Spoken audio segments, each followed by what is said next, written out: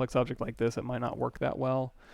We've done this a bunch of times on the channel, but if you go here to, if you did want to do ZRemesher on a simpler shape that was hard surface, I mean, ZRemesher is obviously great for organic stuff, but for hard surface stuff, oh, come on.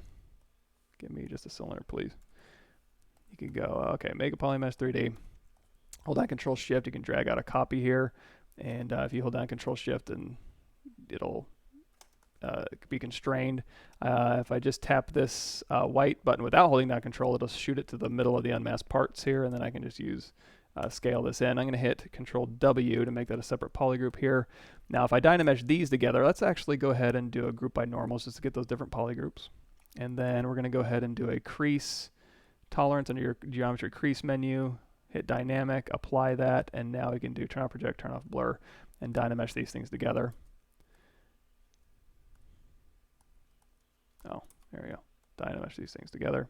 There we go. So now with these, because they're all Dynamesh together, there's a single solid envelope here. Now if you wanted to remesh this, you could go to geometry, ZRemesher, target polygon count, whatever you want it to be. Adapt to size, we'll change that to a lower number. You could probably even go down to 0 if you wanted to. And we're going to do keep groups. We're going to turn smooth groups down to 0, and then we'll just hit ZRemesh. And that'll go through, and everywhere where we have a polygroup, it's basically putting it in a control curve for ZRemesher to kind of eyeball. Didn't work great. Let's go ahead and polish these polygroup borders. So what we can do is, I have a macro for that. We can just go to my macros that polishes polygroup borders. You could also manually go through and isolate these things, and you could like mask by, you can mask by polygroups if you want to. Let's see how that does. Mask by features by groups. There we go. And we can invert that mask, and then we can just do polish by features and just polish deformations followed by feature and just kind of get that a straight line. ZRemesher kind of starts building an aliasing sometimes. So with that, we could again go to back to our ZRemesh and just hit that. Give it a second.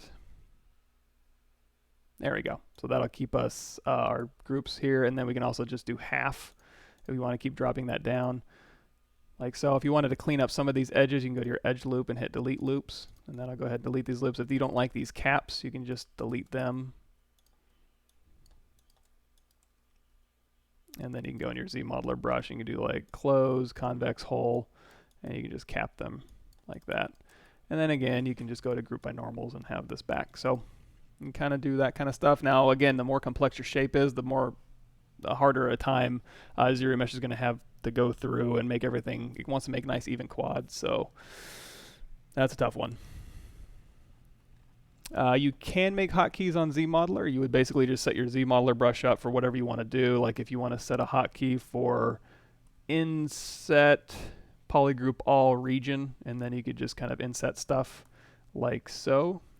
You would set up your ZModeler brush like that, and then do Control Alt tap, and then on your ZModeler brush as is, and then save a hotkey, and it should retain those settings for just that ZModeler brush. You might have to clone it off, but I've found that really I don't have a, oh yeah, we're going to talk about this. So if we go over here to bevel, we can bevel edge loop complete, and then if you wanted to round this out, you could do to insert multiple edge loops, interactive elevation turned on, and then you can kind of just round out that corner, or again do the opposite and pull in and kind of round that out as well.